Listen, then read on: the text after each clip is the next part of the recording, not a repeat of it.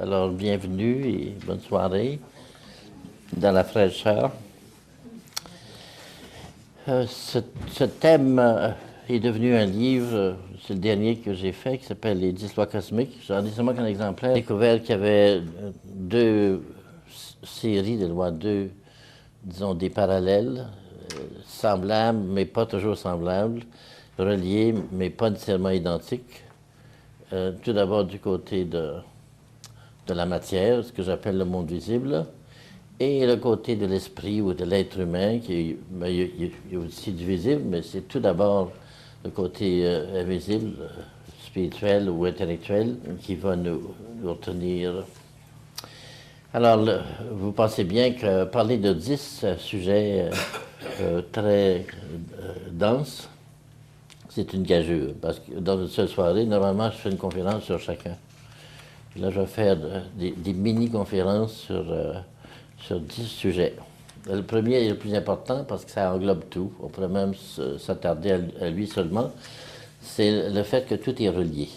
C'est un thème qu'on trouve dans toutes les lois physiques. Et parce que c'est parce que c'est relié, justement, qu'on peut créer des lois et que ça se tient et que ça tombe pas en morceaux et que ça reste stable. Il y a une sorte de cohérence, même physique, là. Pas juste cohérence intellectuelle, mais ça se tient dans le sens que ça tombe pas en morceaux. Les étoiles restent, puis, le soleil reste en place, la lune et tout ça. Et les lois de gravité, toutes les lois qu'on a découvertes ou qu'on a définies sont toujours valables pour la plupart. Donc, il y a certainement quelque chose qui nous dit que tout est relié, sauf qu'il faut aller voir dans le détail pour voir qu'est-ce que ça veut dire. Alors, il y a un ordre qui est indépendant de nos connaissances et de nos volontés. C'est pour ça que j'appelle ça des lois. C'est pas les lois, c'est pas juste des suggestions ou bien des how-to, là. Quoi faire pour maigrir. C'est pas une loi, ça. C'est une suggestion, une aide. Mais les lois, c'est des choses qui sont indépendantes de nous, qui existent, même si on n'y pense pas, même si vous ne croyez pas que la gravité existe. Vous avez seulement qu'à échapper votre crayon, vous allez voir qu'il ne s'occupe pas de vos opinions. Ça existe, simplement. La Terre tourne, puis ça ne dépend pas de notre... Il y a des gens qui croyaient que ça ne tournait pas, puis pensaient que la Terre était plate.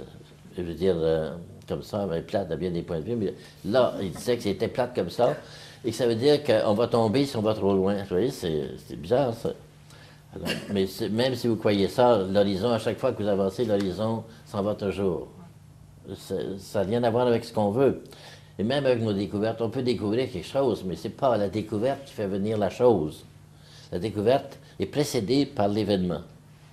Même découvrir l'Amérique, c'est une façon de parler. L'Amérique existait, était déjà découverte par les gens du Nord, puis les Amérindiens, puis peut-être d'autres personnes. Et c'est une façon très chauvine chez l'humain de croire que parce qu'on a fait des découvertes, que ça commence avec nous, avec notre découverte.